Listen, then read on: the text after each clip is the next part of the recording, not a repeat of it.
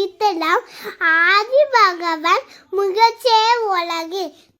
Hi friends, Vijay டிவியில் ஒளிபரப்பாகும் cook with கோமாளி நிகழ்ச்சிக்கு ரசிகர்கள் நல்ல ஆதரவு கொடுத்து வருகிறார். அந்த வகையில் சமீபத்தில் குக் வித் கோமாளி சீசன் 5 நிகழ்ச்சி தொடங்கப்பட்டது. வெங்கடேஷ் பட் தனியாக சன் டிவியில் டாப் குக் என்ற நிகழ்ச்சியை தொடங்கி இருக்கிறார். இதனால் இந்த இரு நிகழ்ச்சிகள் இடையே கடுமையான போட்டி நிலவி வருகிறது. அதுவும் சன் டிவி வைகை புயல் வடிவேலுவை இறக்கி இருக்கிறது. அதனால் இப்போது விஜய் டிவி மற்றும் சன் டிவி இடையே அனல் பிறக்கும் போட்டி நடைபெறுகிறது.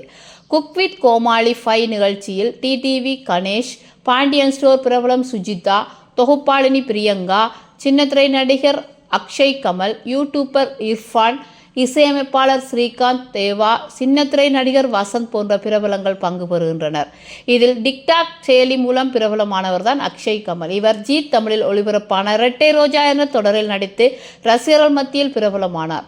இப்போது அதே தொலைக்காட்சியில் இந்திரா என்ற தொடரில் நடித்து வருகிறார். குக் வித் கோமாளி நிகழ்ச்சியில் அவர் பங்கு பெற்ற நிலையில் இந்த தொடரில் இருந்து விலக உள்ளார். அவருக்கு பதிலாக சரியான கதாநாயகன் கிடைக்காதால் தற்போது வரை அக்ஷய் கமல் நடித்து வருகிறார்.